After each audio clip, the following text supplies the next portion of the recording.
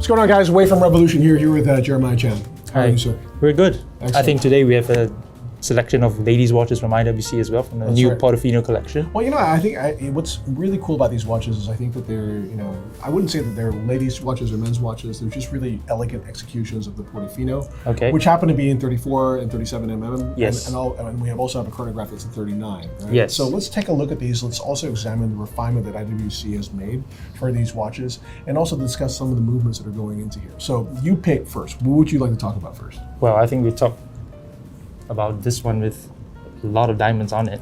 I think this is a moon phase piece. So I think the first thing that you would look at is when you see this watch is, of course, a diamond set bezel. And for this type of watch, which is a dressy watch that could, honestly, I feel like it could be either a man or a woman's watch, but probably in our market would most likely be a woman's watch, even though it's 37 mm. The first thing that you see is, of course, the bezel, right? Yeah. And from what I understand, IWC has made a real effort to increase the diameter of the stones that are being set into the bezel so that you have a greater sense of luminosity as soon as you see the watch. Right.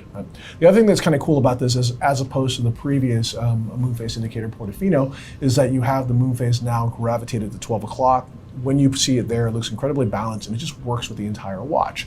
Two other things that you talk about here also is that you now have calfskin straps on all of the watches. So IWC, like a lot of the more socially conscious brands, has moved away from the use of alligator, and it's now using calfskin. And these are quick chain straps as well, which have a little pin in the back, which you can pull and use to change the straps around as you wish. Yeah, I mean the case back is also a sapphire case back with an in-house movement in it. I think from the 32,000 family. Which, if I'm not mistaken, is a 5-day power reserve movement. Yeah. Which incredible. Is, really impressive for a watch of this size, right? So looking at these two watches, which are both the moon phase watch, let's continue now to an interesting complication, which is the day-night indicator. I think we have two pieces here. One with I think it's a sunburst blue dial. Right.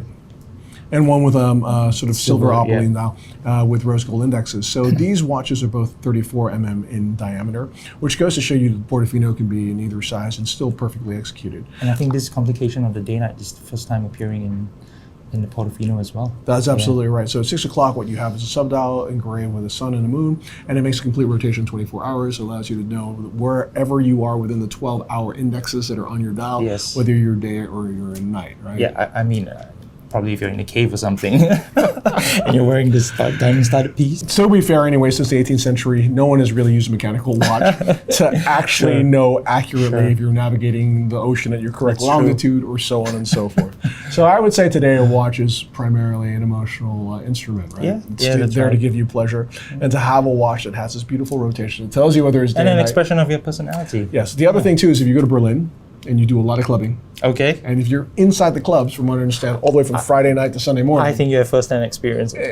So I've read in novels. In Saturday, if you're lost within the 12-hour trajectory that's on your watch dial, it'll also tell you whether you're day or night. Yes, right? That's useful. Indeed. These watches with the solid case backs are not in-house movements, from what I understand. Yes. But still, beautifully executed and actually a really great value proposition. So let's go from there to a very so this is what I mean. Like, it's 37 mm. Yeah. Right? It's stunningly done with a really beautiful sunray finish dial. It's got a date indicator as well. I know that a lot of women are going to be interested in this watch, but honestly, I would wear this watch as well. Like, I think the size is perfect. Yeah, right? I have a female friend. I think her very first watch was an IWC Portofino. Right. From the earlier years when they were still using the ETA 2892 A Bosch. Yeah, but like look at that watch. Like on the wrist, like it's 37 mm, but actually, the whole idea now is that watches have really shifted in terms of the prevailing dimension that people want. Yeah.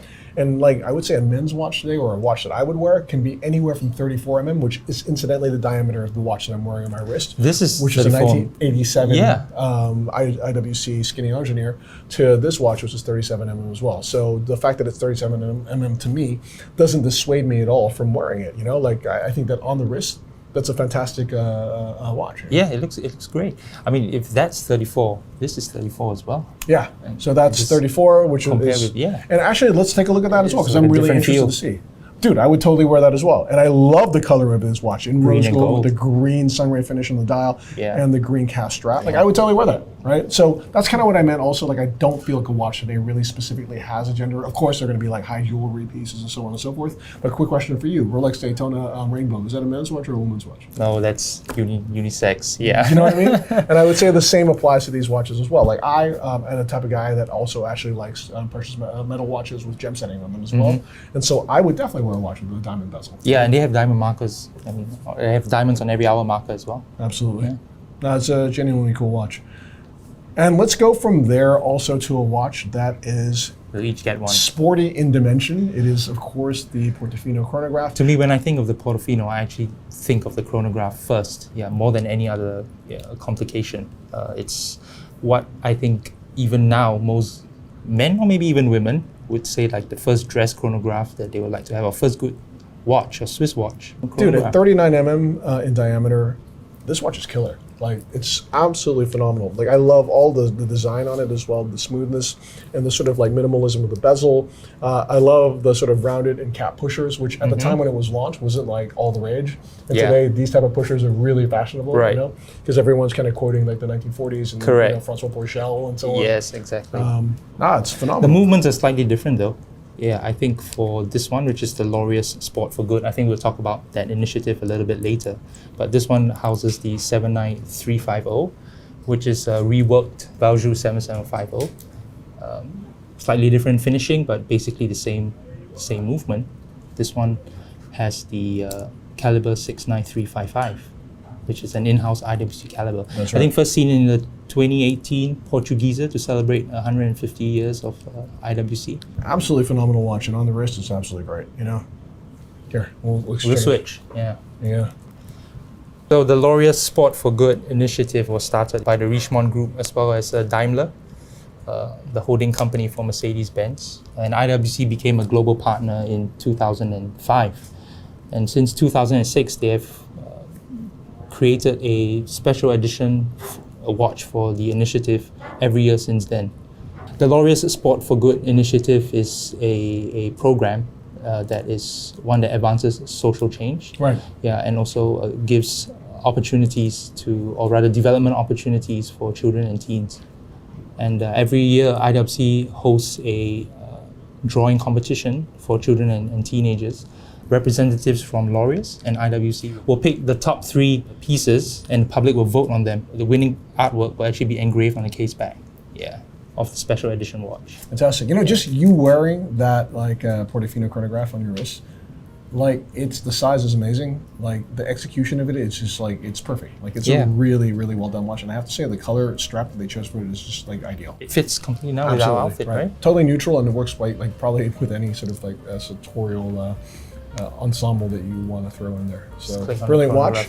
So there you go, guys. This is the latest release for IWC with the Portofino family for September. Stay tuned, because in November, from what I understand, to give you a little bit of a hint, there will be a continuation of the update to the Portofino family, which even could be a little bit complicated. All right, we look forward to that. Jeremiah, always a pleasure, sir. Yes, me too.